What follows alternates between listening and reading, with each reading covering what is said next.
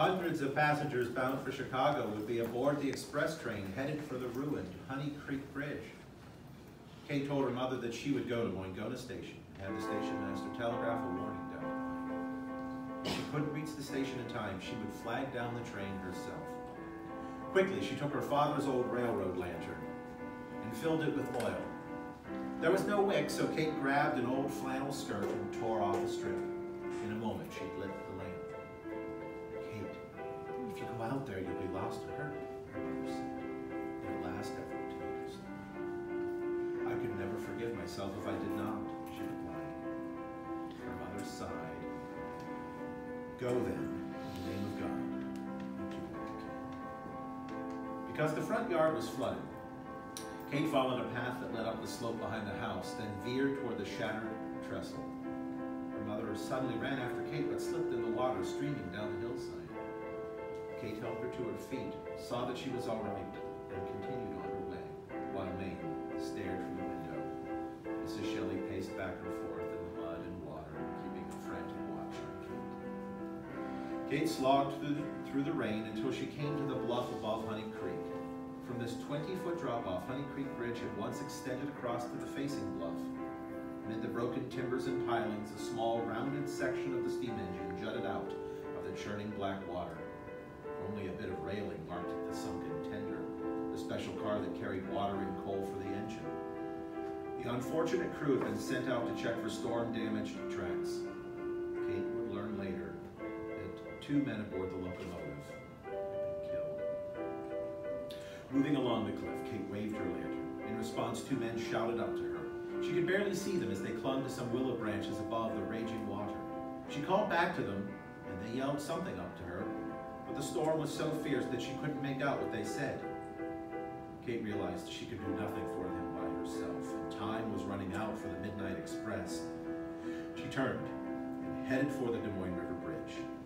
Moingona Station and its telegraph were on the other side. Let's sing One Bridge More. You may use my lantern. My life is a road that holds 100,000 bridges. The river flows below. What's one bridge more? Kate struggled on against the pelting rain as bushes and brambles snagged her clothes. The lightning seemed 100 times more frightening in the open, but it lit the long bridge that was her goal. Inch by inch, Kate fought her way up the steep approach to the bridge. Though the span was normally a full 50 feet above the water, the angry river seemed only a short distance below them. Before she reached the bridge, the wind extinguished her feeble lamp, and she had no way to relight it. Bridges link like train cars down the long line of my life. The river flows below. What's one bridge more? Fearfully, she peered into the dark, afraid that the midnight express might be speeding across the bridge. But no whistle knifed through the howling wind. No engine's headlamp hurtled toward her. Nearly 700 feet long, the Des Moines River Bridge was a ladder of cross ties, each nearly 2 feet apart. Though Kate had crossed the bridge in good weather, its splintery ties were studded with twisted spikes and nails to discourage such foot traffic. Those who cross a railroad bridge on a swiftly moving train can have no conception of the sensation a traveler experiences who attempts to cross on foot, Kate later said. One misstep would send me down below the ties into the flood that was boiling below. I got down on my hands and knees, carrying yet my useless lantern and guiding myself by the stretch of rail. Shivering from the wet and cold, Kate crept along, avoiding the worst buffeting of the wind. She would reach her fingers out to locate the next tie, then cross to it with the help of the iron track. Again and again, her skirt or coat sleeve caught on a nail or spike or splinter. Her hands and knees were cut and bleeding. Several times she nearly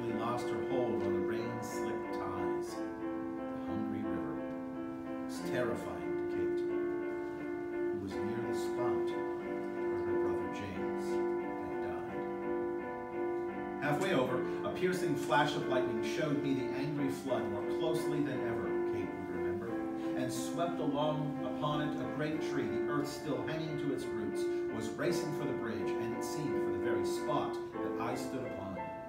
Fear brought me upright upon my knees, and I clasped my hands in terror and in prayer, I hope, lest the shock should carry out the bridge. Each step I take's another bridge to places I have never been. Each breath I take's another bridge to here and now away from then. The river always flows below and sings of things I cannot know. But with no river there's no road, and so what's one bridge more? Kate braced for the crash, but the huge tree swept between the pilings, its branches grabbing and slapping at her through the ties. She was spattered with water and foam from the snapping limbs before the raging waters swept the tree into the darkness of the river. Without her lantern, Kate knew she had no hope of flagging down the Midnight Express. She had to reach Moingona Station so that a warning could be sent. So tired that she could only think of reaching the next tie and then the next, Kate began to crawl the rest of the way across the bridge. The cold numbed the stinging in her hands and knees. Raising her head, she took heart, and she saw the lights of the railway station in the distance. And when at last the road is gone, when there's no light to carry on, when there's no other bridge to cross, when all that's left is fear and loss, when I most sorely need a bridge, all I can do is be the bridge. When I most sorely need a bridge, all I can do is be the bridge.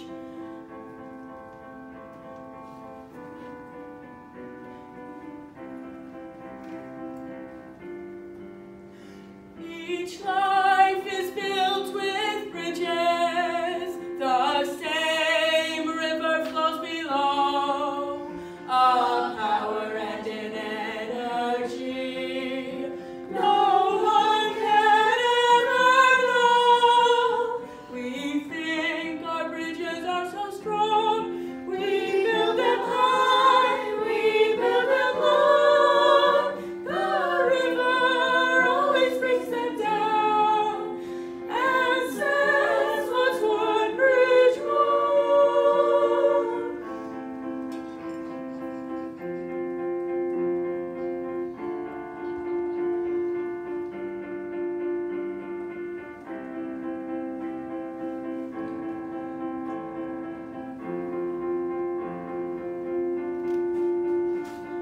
My life has been a road that holds 100,000 bridges.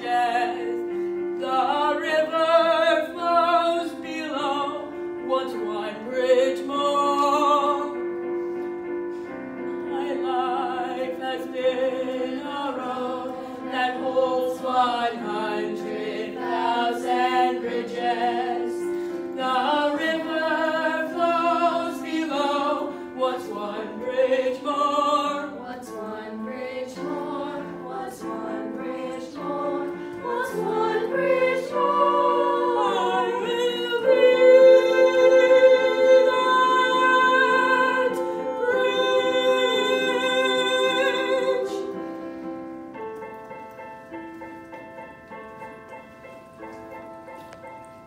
At last she reached solid ground. She paused just long enough to catch her breath. Then, forcing herself to her feet, she ran the half-mile remaining to Moingona Station. She burst into the waiting room, where several men were talking, and blurted out her warning. Kate later admitted that she had no memory of how exactly she told her tale. She only remembered someone saying, "The girl is crazy."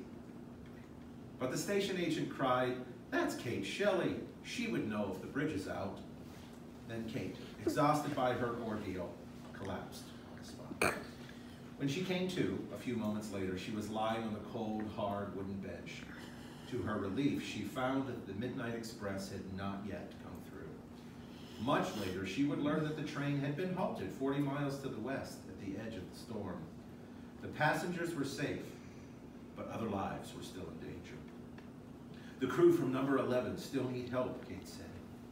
She quickly agreed to guide the rescue mission to save the men. Though others tried to get her to rest, Kate would not be put off. Engine 230, sidetracked in the Moingona station yard, was quickly filled with volunteers carrying ropes and shovels.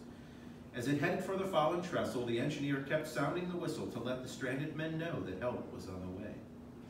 Riding in the cab, Kate must have held her breath as the train eased across the Des Moines Bridge. But the structure proved solid, and the storm was quieting at last. Exhausted, yet determined, Kate guided the others to where she had seen the two crewmen in Honey Creek.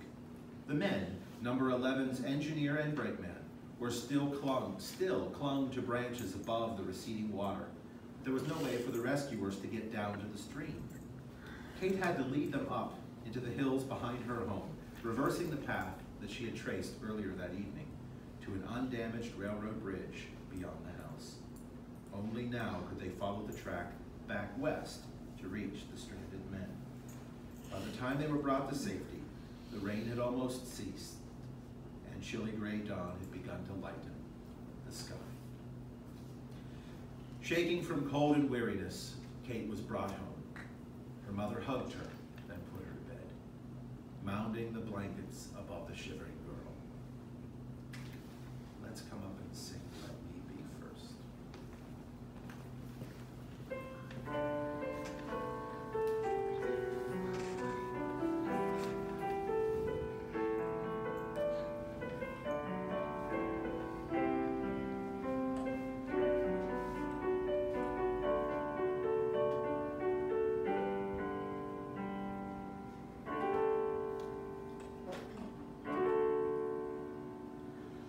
I could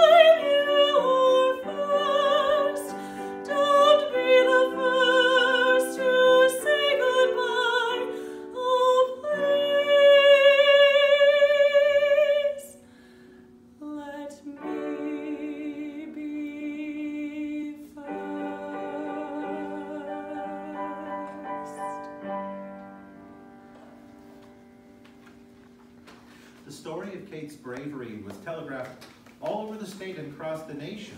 She was celebrated in countless newspapers as the Iowa heroine, but Kate was too sick to care. Over and over she repeated to Mame, "I can still feel the cold rain on my face." At one point, her teeth began to chatter so loudly that Mrs. Shelley was forced to send for the doctor. But all he could do was whittle a peg from soft wood. He told Kate's mother, "Put this between her teeth to keep her from breaking them." Strangers gathered in the yard to look at our Kate, as they called her. Some even asked for a bit of her skirt or a lock of her hair. Mrs. Shelley shooed them all away. It was nearly 3 months before Kate's strength came back. During this time, as she lay in bed, she was greeted by the trains that blew their whistles when they passed the Shelley farmhouse. Finally, one afternoon, she announced that she felt well enough to go outside. Escorted by her mother's sister and brother, Kate stepped out on the porch, hoping to catch a glimpse of the westbound train. To her surprise, the train stopped in front of the house, and crew and passengers leaned out to cheer her. Red-faced but delighted, she waved back to them. Later, when she was able to go into town, the trains would stop and carry her to Moingona. We'll sing Our Kate.